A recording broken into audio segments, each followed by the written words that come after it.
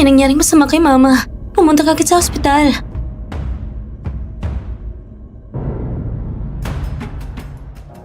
Miss Chen, ginawa na po namin ang lahat pero hindi niya talaga kinaya. Ano?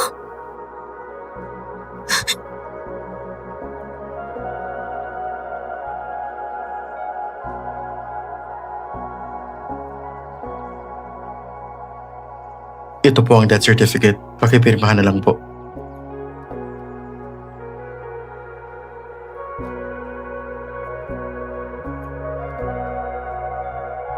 Bukod pa po dyan, ang biyanan niyo bago siya pumanaw ay inayos ng kanyang libing. Para sa sarili niya, nag-order po siya ng urn na nagkakahalaga ng 8 milyon. Naghihintay na lang po sa pag-claim. I-charge na lang sa car na ito. Sa asawa ko yan. Sige po.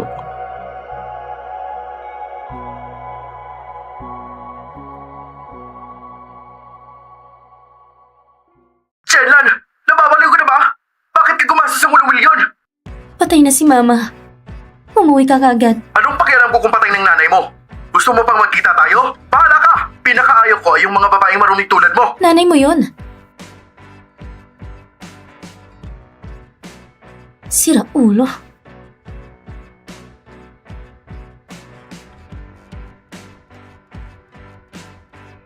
Pa, Lan. Nung gusto mo talagang pakasalan si Kinseng, hindi mo inalintana kahit maputol ang relasyon sa pamilya. 2 taon nang lumipas. Dapat bumalik ka na. Pa, Bakit? Anong nangyari? Ikaw lang ang anak ko. Kung gugustuhin mo, matatanggap ko si Kinseng. bala ko nang makipag-diborsyo kay Kenzeng. Pagkatapos ng diborsyo, uuwi na ako. Totoo ba? Oh, susundin ka ni Papa ha? Ihanda agad ang sasakyan. Sunduin natin ang anak ko dahil uuwi na siya. Sige po. Bukas ng 8:00 ang libing sa lumang bahay. Huwag kayong mahuli. Kenzeng, 2 taon mo na akong iniiwasan. Ngayong pagkakataon, dapat umuwi ka para mag-divorce. Itong malditang babaeng to. Nagkaroon pa ng lakas ng loob gastusin ang pera ko. Honey, sino yung tumatawag? Nagbabenta ng insurance. Halika dito. Nagbibenta ng insurance daw? Nakikipag-inisan ka sa nagbibenta lang ng insurance? Bilisan mo na maghanda ngayong gabi. Kakain tayo kasama si Papa. Para sa usapan ninyo tungkol sa proyekto ng Ihaw Group, Siyempre. hindi ba? Pag nakuha mo ang partnership ng Yao Group, ikaw na ang magiging bagong big time sa high chain. Paano mo naman ako mapapasalamatan?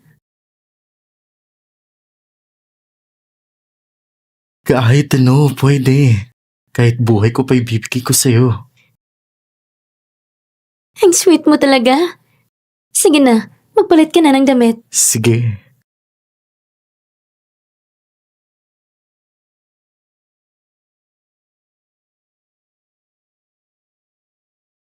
Gumastos ng 8 milyon?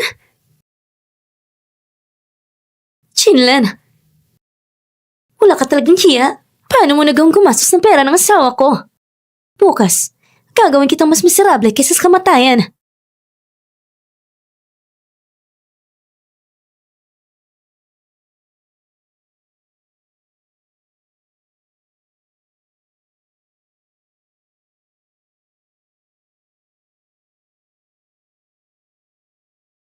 Lan, nasan si Kinseng? Hindi sinasagot ang tawag, pati text, ni minsan hindi nag-reply. Huwag na nating hintayin. Tamang-tamang oras na ito. Hindi dapat magkamali. Lan, sa loob ng 2 taon, ikaw talagang nahirapan. Si Kinseng abala sa kiris sa labas. Hindi mo lang inalagaan ang biyanan mo. Nag-ipon ka pa at tinulungan siyang bilhin ang bahay na to. Pag bumalik si Kinseng, kami talaga, pagagalitan namin siya para sa'yo. Hindi na kailangan. Kung may dapat kayong sabihin sa kanya, sabihin yung bilisan niyang divorce. Ano? Divorce? Ay nako. Lan, ang mga lalaki, career-minded talaga. Hindi naman masamang bagay yun.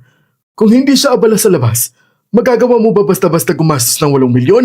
Yung perang yun, nanay niyang gumastos. Anong kinalaman ko doon? Ay, hindi ka dapat magsalita ng ganyan. Sige na tito, may mga kamag-anak pa sa labas. Pakitulungan na lang po na ayusin ang pangasikaso.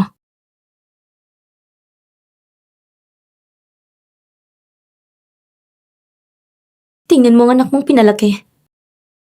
Ni sa libing, hindi dumating. Sabi busy daw sa trabaho sa labas. Pero malamang, gumigimik lang. Kung sino-sinong babaeng kasama. Sino dito si Chinlan? Kayo po ba'y kamag-anak ng pamilya, Ken? Bakit ka ba basta na lang nananakit? Basta na lang? Ikaw mismo ang dapat masampal. Kabit kang hayop ka.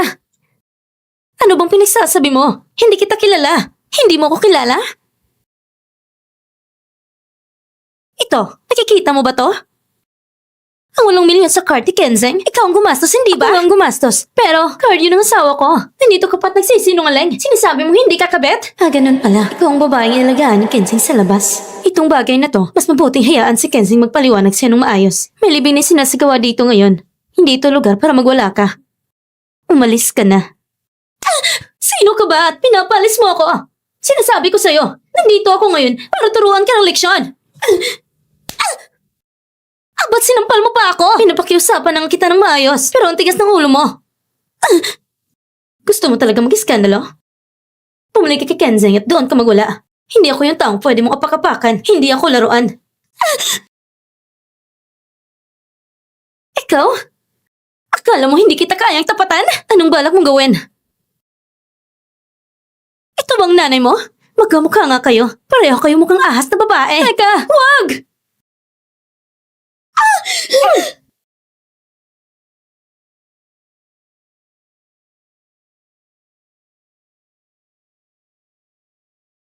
Sinugod mo ang burol at binasag mong larawan na namatay. Hindi ka ba natatakot na pagalitan ka ni Kenzeng? Ako ang legal na asawa. Natural ang disiplinahin ng kabet. Anong karapatan niyang pagalitan ako? Sigurado ka? Hindi ka naniniwala, ha? Bakit, baby? Kenzeng, sa loob ng 10 minuto, bumalik ka sa lumang bahay niyo. Kung hindi, magdi-divorce tayo. Tamang-tama. Gusto ko rin siya makita. Umalis ka nga! Sinong pinagsasabihan mo? Pinayagan ba kitang hawakan yan?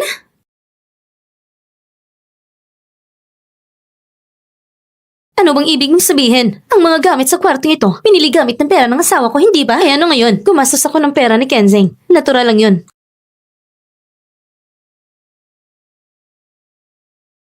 Kahit kailan, isa kang walang kwenta at mababang babae.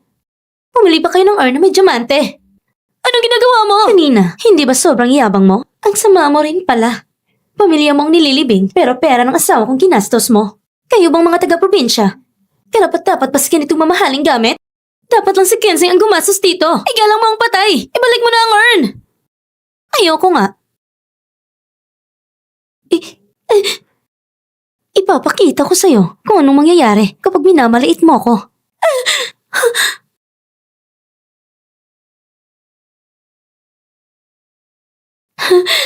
Isinusumpa kitang mamamatay ng walang magandang kapalaran, katulad ng nanay mo na namatay ng walang urn na paglalagyan. Sino ang hindi magkakaroon ng magandang kamatayan? Ano bang kaguluhan to? Sino ang namatay? Honey, bakit ngayon ka lang? Halos perapan ako nitong babaeng taga-baryo.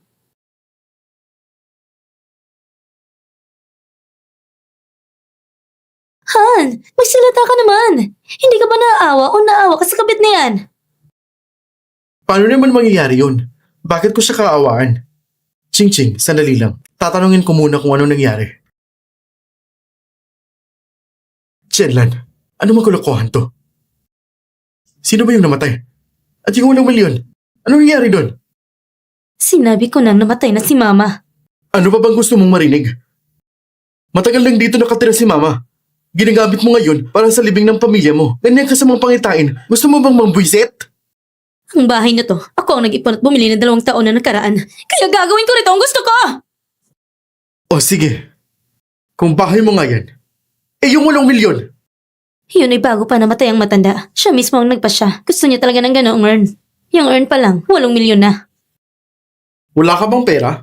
Kailangan mong gamitin ang pera ko? Kung hindi dahil ngayon, na ginamit mo ang card ko, hindi sana nauwi sa ganitong gulo. Ibig mong sabihin, na ako pang napagkamalang kabit? Ako ang iniinsulto? Ako ang sinaktan? Ako pang may kasalanan? Ganon ba? Ikaw! Ikaw naman talaga ang kabit. Tumigil ka nga dyan sa pag-iskandalong pagsigaw sa asawa ko. Kenzeng, ganito na ang sitwasyon. Hindi mo pa ba sasabihin sa kanya kung ano talagang relasyon natin? Kenzeng, ano sinasabi niya? Ano ba talaga kayo? Huwag kang maniwala sa kanya. Wala kami kahit anong relasyon. Narinig mo? Sinabi na ng asawa ko, wala kang relasyon sa kanya. Kenzeng, alam kong makapal ang mukha mo. Pero hindi ko inakala ganito kakapal! Tumahimik ka! Ano ka ba? Ilang araw ka lang naman kasama ng asawa ko. Anong pinagyayabang mo? Mga katulad mong malandat walang hiya. Laruan lang kayo ng mga lalaki. Oo. Tama naman ang sinabi mo tungkol sa sarili mo. Walang hiya ka! Jingjing! Honey, yung babaeng yan! Sinampal ako! Turuan mo siya ng leksyon! Ako? Sige na! Gumalaw ka! Tingnan mo! Ganito na itsura ko sa pambabastos niya! Ngayon, siguradong sisirain ko rin ang mukha mo. Hoy! Huwag kang padalos-dalos. Paano kung magsumbong siya sa pulis? Sabihin na sinadya natin manakit. Ano mangyayari sa atin? Kung may tapang siya, sige papulis niya. Pagdating ng pulis, una siyang kukunin. Pero... Kenzeng, bakit ka ba nag-aalangan? Ako, Alam mo ba kung bakit hindi niya magawang hayaan kang manakit? Dahil wala kang karapatan. Anong ibig mong sabihin? Tingnan mo. Ito ang sinasabi ni Kenzeng na wala kaming relasyon sa inyo. Ito ang marriage certificate namin.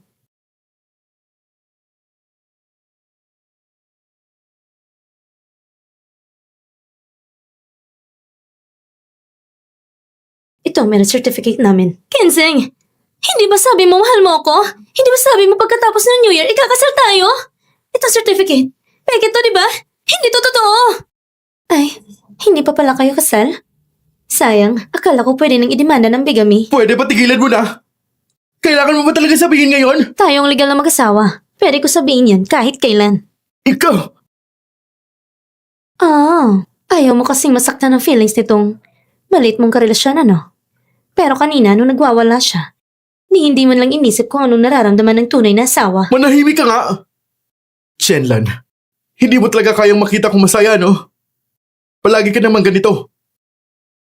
2 taon na tayong kasal. Wala ka naman kahit kailan na itulong sa akin. At ang alam mo lang ay dumagdag sa problema ko. Ching-ching, hindi yun totoo. Pakinggan mo muna ako, Ching-ching. Ano pa bang ipapaliwanag mo? May ebidensya na. Kenzeng, sinundan kita ng 4 na taon. Pinapunta ko kay Papa lahat resources lahat para sa'yo. At pati pag-link po sa Yeho Group. Kaya mo ba ko susuklian, ha? Ching-ching, Ching-ching, ako... Hindi ko akalain ganito ka pala. Sasabihin ko lahat kay Papa. Pa, may nanakit sa akin. Tignan mong ginawa mo! Pa, nandito Ching-ching. ako. Ching-ching, Ching-ching, kasalanan ko. Mali ako na itinago ko to sa'yo. Pero ikaw ang mahal ko. Ang kasal namin, napilitan lang ako. Totoo ba yan? Siyempre, 2 taon na mula nang ikasal kami, napilitan lang ako. Kung hindi lang ipinilit ng mama ko, hindi ko kailanman gugustuhin siya. Kenzeng, tao ka pa ba? May puso ka pa ba? Pagkakita ko sa kanya, naiinis ako. Simula nang ikasal kami, magkahiwalay kami ng buhay. Ikaw ang una at ikaw rin ang huli na babaeng minahal ko. Ching-ching, ikaw lang nasa puso ko.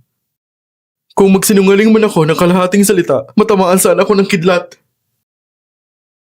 Sabi ko na nga ba, yung babaeng taga-probinsya na yon, ano bang meron siya? Tama. Ano bang ipanglalaban niya sa'yo? Narinig mo ba ng malinaw? Malinaw na malinaw. Malinaw na malinaw na ikaw ang kabit. Tumigil ka nga. Sa isang relasyon, ang hindi mahal ang siyang tunay na kabit. Pero hindi yan ang sinasabi ng batas sa kasal. Kayong dalawa, isang manloloko at isang kabit. Tapos mag-uusap kayo tungkol sa tunay na pag-ibig? Hindi ba kayo nandidiri? Ikaw? Jenlan, isara mo yung bibig mo.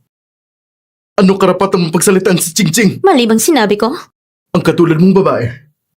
Matalim ang dila, madumi ang isip at puno ng panlilinlang at mababa pa ang pinanggalingan. Ano mang ipang tatapat mo kay Ching-ching? Si Ching-ching lang ang babaeng bagay na bagay sa akin. At pati ang mama ko, siguradong gusto rin niya ang ganitong klaseng manugang. Sa tingin ko, ikaw, ganito na lang. Ikaw mismo magtanong sa mama mo. Nandito rin ang mama ko.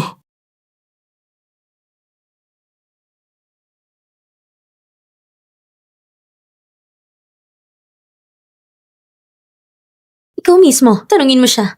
Tingnan natin kung magugustuhan niya ang manugang na nagpakalat ng abo niya.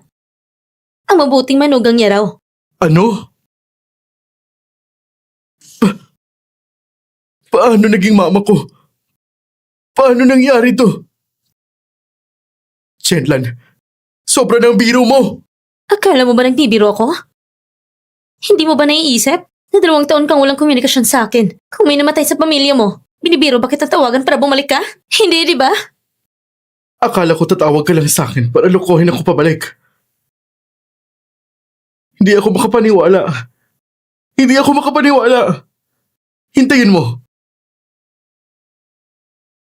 Sagutin mo ang telepono, Mama. Mama, sagutin mo agad ang telepono. Tigilan mo na yan. Nandito ang telepono ng mama mo.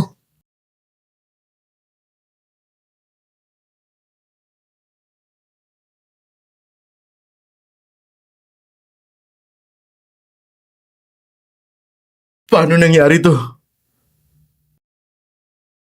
Paano nangyari to? 1 buwan ang nakalipas, biglang nagkaroon ng heart attack at na-hospital. Nagkaroon pa ng ilang operasyon, pero hindi na siya nakaligtas. Tinawagan kita, pero hindi mo sinasagot. Kaya ako na lang nag-asikaso. Mama! Mama!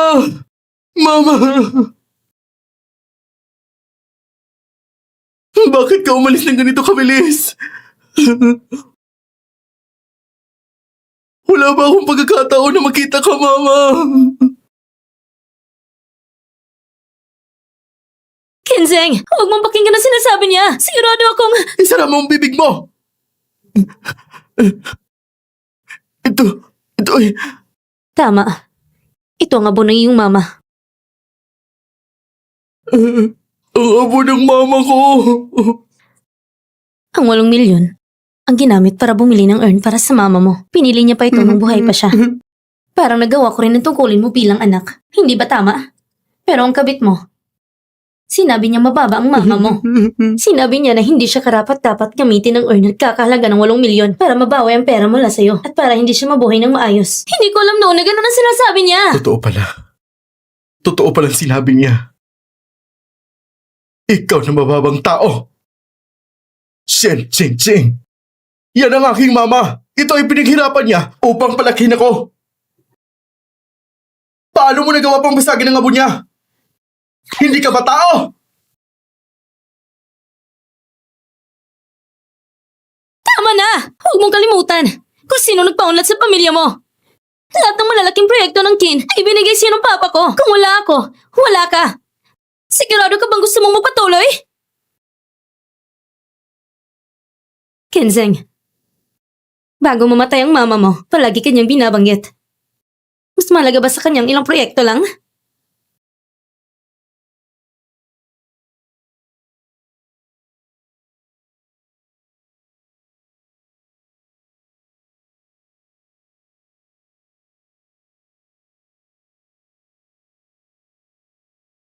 Kenzeng, dapat mong pag-isipan ito ng mabuti. Huwag!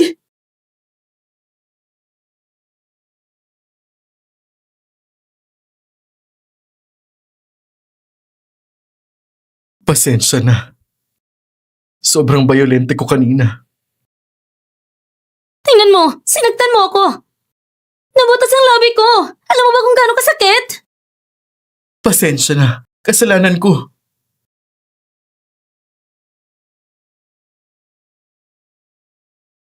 Pasensya na. Dapat ako ang sinaktan mo.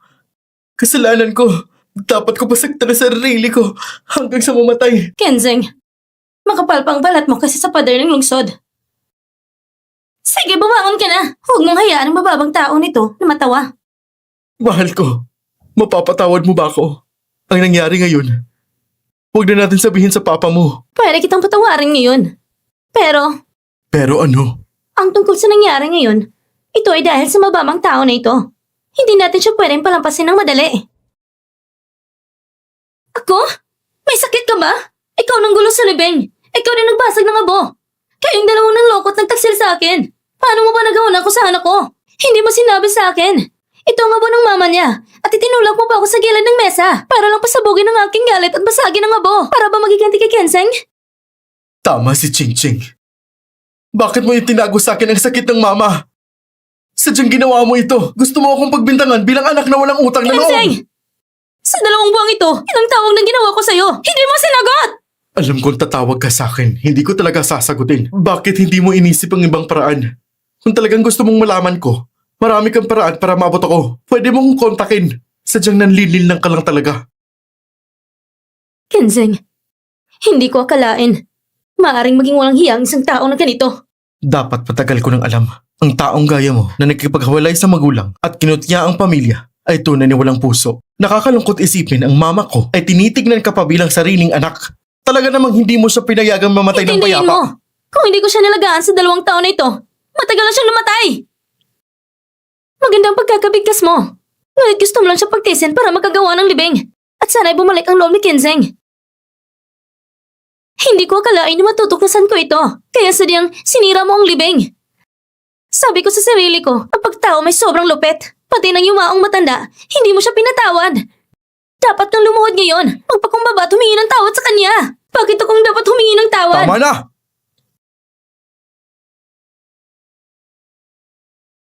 Lumuhod ka na ngayon. Humingi ka ng tawad sa mama ko. Humingi ka ng tawad sa mama ko. Bitawan mo ako! Hindi ako hihingi ng tawad! Ang sampal na ito, kahit na para sa mama mo. Ang dapat lumuhod at humingi ng tawad ay ikaw, Kenseng! Ikaw, paano? Malibang sinabi ko, sa 2 taong ito, lagi kang wala sa bahay. Sa huli, hindi mo pa rin sinasagot ang tawag ng mama mo. Isang babae lang nagpalaki sa'yo. Nag-iwan ng maraming sakit sa katawan. At sa huli, naiwan ka ng tanging taong nagmamalasakit sa'yo. Hindi. Sa simula pa lang siya ay may sakit na. Yun ay masyado akong abala. Ano bang ginagawa mo sa sobrang abala mo? Nagpapakasaya ka sa labas? Umiikot sa bisyo? O nagpapalakas sa iba sa pamamagitan ng pagkakapit? Husto na! Wala kang alam babae ka. Anong alam mo? Isa akong lalaki. Dapat unahin ko ang karera. Hindi umiikot lang sa bahay. Ngunit tingin ko, mas masanurin ka pa kaysa sa isang tuta. Iyon ay dahil hindi ako katulad mo. Ikaw ay isang asawang nasa bahay lang. Kaya kong tulungan ang kumpanya ni Kenseng na umunlad pa. At magtagumpay. Natural na mas gusto niya samahan ako. Tama. Si Ching Ching at ikaw magkaiba ng langit at lupa. Sa 2 taon ng aking pagsisikap at tulong niya, ang Kin Group ay mabilis na nakapag-finance at nakalis sa stock. Ang kanyang pananaw at kabutihang loob ay hindi mo kayang pantayan, gago kang walang alam. Hindi mo talaga kaya. So matagal na pala kayo magkasama. Ano ngayon? Sige. Ngayon ay initriga ako. Kung mayroon kang ganitong mabuting asawa, bakit mo pa rin ako pinipilit? Bakit ayaw mo pa rin ako hiwalayan? Sabi mo, mas gusto ng mama mo si Chen Ching Ching. Bakit hindi ka nalang makipaghiwalay sa akin at sumama sa kanya? Para magkasundo sila bilang biyanan at manugang at magsalo sa kaligayahan ng pamilya. Iyon ay dahil... Natatakot ka sa pamilyang Shen na malitin ka dahil may ina kang taga-probinsya? O baka naman, isang di makadiyos na anak ka lang. At wala kang pakialam sa kalagayan ng mama mo. Huwag kang mapanghusga dito. Hindi kailanman minalit ng pamilya namin ang pinagmulan niya. At sinabi na rin ni Kenseng na nag-aratay ang mama niya sa isang magandang ospital para sa pag-aalaga. Ayaw lang niya ng maraming tao, kaya hindi namin siya ginambala. Ang walang kwenta dito ay siya! Noon, ipinagbenta ng aking biyanan ang lumang bahay para makapagsimula si Kenseng ng kumpanya. Sila ng kanyang ina ay magkasiksikan sa isang maliit na inupahang apartment. Pagkatapos magpakasal ni Kenseng, hindi rin niya pinalitan ng bahay para sa kanya. Ang bahay na ito ay mula sa perang naipon ko sa 2 taon para mabili para sa kanya. Dito siya nakatira sa nakaraang 2 taon. Ako lang nag-alaga sa kanya. Tumahimik ka! Gawa ka ng walang tapang at hindi na ako. Oo.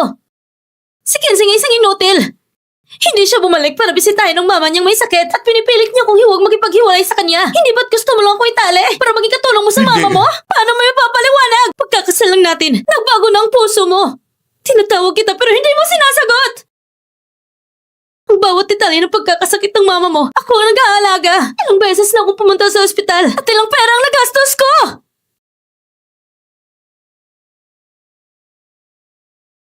Nasaan ka nung ang mama mo ay may sakit? Habang inalagaan ko siya, nasaan ka ba? Nung mamatay ang mama mo, nasa labas ka kasama ang kabit mo. Nagtatabi sa kalayawan. Hindi ba dapat ikaw humingi ng tawad? Dapat humingi ka ng tawad. Ikaw na walang puso at walang respetong anak. Ganun ba? Si Chenlan, araw at gabi walang tigil ang nag-aalaga sa mama niya ng 2 taon. Ikaw na walang kwentang anak. Mama mo ay may sakit na. Hindi ka man lang umuwi. Mas masahol ka pa sa Tumahimik kayong lahat! Tumahimik kayong lahat! Kinjeng, ang ginawa mo talagang hindi patas. Tama! Ito ay araw ng libing ng mama mo. Dinala mo pa ang kirelasyon mo at ginawa itong gulo. Sa tingin mo ba ay tama ang ginawa mo? Kayo, paano niyo nagawa ito? Sinasabi niyo na mali ang ginawa ko. Siyempre, baka si Chenlan ang mali. Ako ang tunay na kasapi ng Kin family. Kayo ay pipili pa sa panig ng dayuhan? Kaya ako ay magkakansela ng plano para sa paggawa ng kalsada at bagong bahay sa baryong ito. Anong sinabi mo? Maaga pumanaw ang tatay ko noon. Ang mga kapitbahay sa baryo ay talagang mabait sa pamilya namin. Ako, si Kinzeng, ay isang taong may utang na loob at tapat. Ngayon, maayos ang negosyo ko. Kaya naiisip kong dapat rin ako magbigay balik sa baryo. Ngunit hindi ko inasahan na sa paningin ninyo, ako pala ay isang masamang tao. Sige. Kaya kinansela ko na lang. Huwag naman. Kinzeng. Kinzeng, ikaw naman ay isang malaking tao. Hindi mo dapat kami pagbantaan, hindi ba? Tama! Sa totoo lang, nagkamali lang kami ng salita kanina. Alam ng lahat dito sa kalye na ang pinakamakadyos na anak sa baryo ay ikaw, Boss Kin. Oo, Lahat tama. yan ay kalokohan ni Chenlan. Mahal sa magulang. Pinagsisisihan namin na mali ang akusasyon namin sa'yo. Oo. Talagang marunong kayo umangkop depende sa sitwasyon. Sabi ko nga, Chenlan, kung noon ay napangasawa ka ni Kinzeng, ito ay swerte mo. Bakit ka ba hindi marunong magpasalamat? Ang swerte na ito ay para sa'yo. Gusto mo ba? Tingnan mo ang asal mo. Kapag may nagsabi ng isang bagay, 3 sagot ang binibigay mo bilang pagtutol. Ano bang asal na yan? Lahat tayo malinaw nakikita. Kung hindi dahil kay Kinzeng, akala mo ba nitong 2 taon, ba't saka pa namin papayagan ka? Sige, sabihin mo nga. Ano ba talagang asal ko? Sa pribadong usapan, matagal na itong sinasabi sa akin ni Kinzeng. Ikaw, isa lang palamuti ng babae. Kenzeng, ano ba sinasabi mo sa kanila? Mali bang sinabi ko? Shenlan, hindi mo ba lagi akong tinatanong bakit matapos akong magpakasal, ayaw ko nang bumalik sa bahay na ito? Ito ay dahil nakita ko na ang tunay mong ugali. Ang tunay kong ugali? Tama. Bago tayo nagpakasal, puno ka ng mamahaling tatak. May kotse na sumusundo sa'yo. Nagpanggap na mayamang dalaga at bagay sa akin. Ginawa mo ang lahat para linlangin ang damdamin ko. Ngunit pagkatapos ng kasal, sabihin mo sa akin, kilala mo si Mr. Shen mula sa Washing Group. Hiniling ko na lang na tulungan mo ako makakuha ng koneksyon para sa isang proyekto. Ngunit hindi mo ginawa. Matagal ko nang sinabi sa'yo na nung panahon yon lumayas ako sa pamilya. Kaya ayaw ko makita ni Mr. Chen. At bukod pa yan, sa kalagayan noon ng King Group na nagsisimula pa lang, kahit na may connection ako sa pamilya, ang malaking kumpanya tulad ng Washing ay hindi rin magtataya na magipag-collaborate sa inyo. Palagi kang ganito. Hindi mo naman kaya. Pero palaging ako ang ginagawang dahilan. Shenlan, hindi mo ba naiisip na kung talagang mayamang dalaga ka, paano ka makakahiwalay sa pamilya mo na ganito kalinis? Hindi ba dahil? Tama na, Chenlan. Dati akala ko nakakaawa ka. Pero ngayon, nakikita ko na nakakatawa ka pala. Marami na ako nakitang ganitong babae. Hindi ko akalaing matutuklasan mo rin ang katotohanan. At narito ka pa rin nangangatwiran. Ang isang babaeng katulad mo, sa buong buhay mo, hindi mo kailanman magiging tulad ni Ching Ching, isang tunay na phoenix. Kaya, bago tayo magpakasal, napakabait mo sa akin. Ngunit pagkatapos ng kasal, iniwan mo ko dahil hindi ako isang mayamang dalaga. Kaya lumihis ka at hinanap mo isang tunay na phoenix. At ikaw, ano ka nga ba? Isang gagong nakatingin lang sa mayamang babae. Linisin mo ang Hindi ko na matiis ito! Mas masakit pang mga salita ang gusto ko pang sabihin. Azeng, huwag mo nang pakilaman siya. Ngayon na malinaw na ang lahat. Diretso na kayo maghiwalay. Hiwalayan? Oo, ginamit kanya ng mga pandaray at panlilinlang. Ngunit mabuti kang tao at inalagaan mo siya ng 2 taon. Tama lang ang ginawa mo. Panahon na para umalis siya. Oo, ang mga babae tulad din Chenlan, hindi karapat-dapat sa'yo. Noon pa, akala ko mabait pa si Chinlan. Ngunit isa pa lang sinungaling. Nagpapanggap na mayaman para maakit si Kinzeng. Ang ganitong tao, dapat prusahan ng gusto. Tama. Narinig mo ba yun?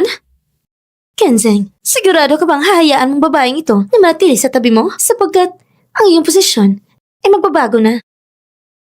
Anong ibig mong sabihin? Kung agad kang makipaghiwalay, ibibigay ko sa iyong proyekto ng Ihaw Group. Talaga? Siyempre, ang desisyon na ito ay kayang pirmahan ng tatay ko. Hintayin mo lang siya. Salamat, Ching Ching.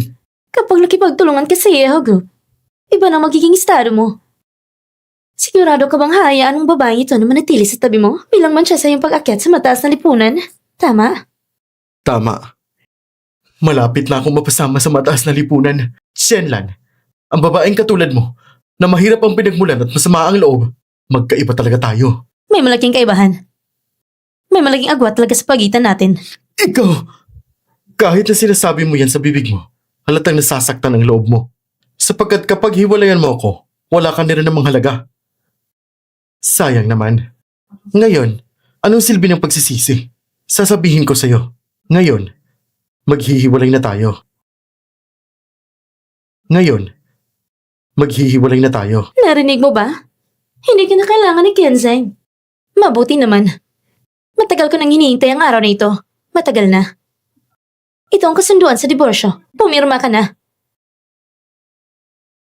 Bakit dala-dala mo ang divorce papers? Oo nga. Hindi mo sinasagot ang tawag ko. At hindi ka pumasok sa opisina. Kaya daladala ko ito. Hinihintay lang kitang makita. Gusto mo talaga makipag-divorce? Hindi mo ba iniisip na 2 taon mo ko iniiwasan? Kahit gusto ko pa rin makasama ka? Kahit na tunay na mahirap ang pinagmulan ko. Hindi ko hihiramin ang isang lalaking tulad mo. Huwag ka na makipagtalo dyan. Hindi ko na mapipigilan ang sarili ko. Ngayon, wala na akong kinalaman sa inyo. Pumirma ka na agad. Huwag na sayangin ang oras ko. Sige, pipirmahan ko ito. Pero nandito ng lahat ngayon, kailangan mong aminin sa harap nila na ako si Kinzeng. Ayaw na sa'yo. Ako si Kinzeng ang nagdiborsyo sa'yo. Tama. Hindi ka karapat-dapat kay Kenzeng. Siya ang nakipag-divorce sa'yo. Pumirma ka na agad. Ngayong araw, ipapaalala ko lang sa'yo, ang divorce natin ay pinakatamang desisyon ko at ang pag-iwan mo sa akin, Shenlan, ang pinakamaling desisyon mo sa buhay. Maghihirap ka sa pagsisisi at ang nararapat na magsisi ay ikaw. Ano bang sinasabi mo? Wala akong dapat pagsisihan. Malapit ko na makuha ang proyekto mula sa Ihaw Group at magiging makapangyarihan na ako. At ikaw, isa ka lang basura. Dapat mong manatiling nakalapat sa lupa. Huwag kang masyadong magalak. Baka ikaw palang basura na matapakan ng aking mga paa.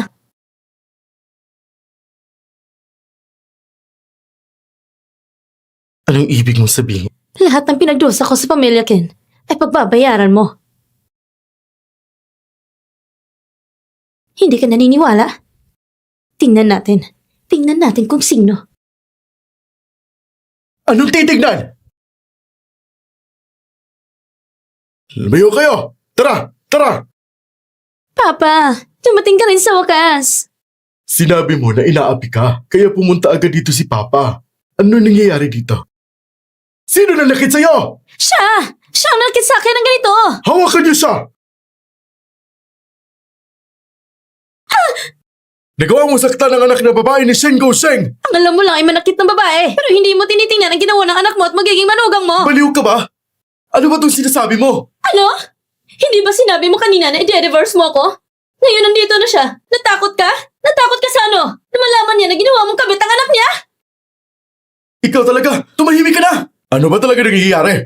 Mr. Shen, huwag mo siyang pakinggan. Ano bang mali sa sinabi ko? 2 taon kang kasal sa akin. Hindi ba palalagaan ko ang nanay mo?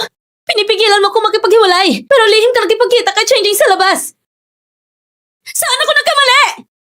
Ikaw! Totoo ba lahat ng tinuran niya? Hay naku, Kinzeng! Iniwan ko sa iyo ang anak ko at binigay pa ang proyekto ng Ihaw Group sa iyo. Hindi ko inakala na patuloy mo kaming lolokohin.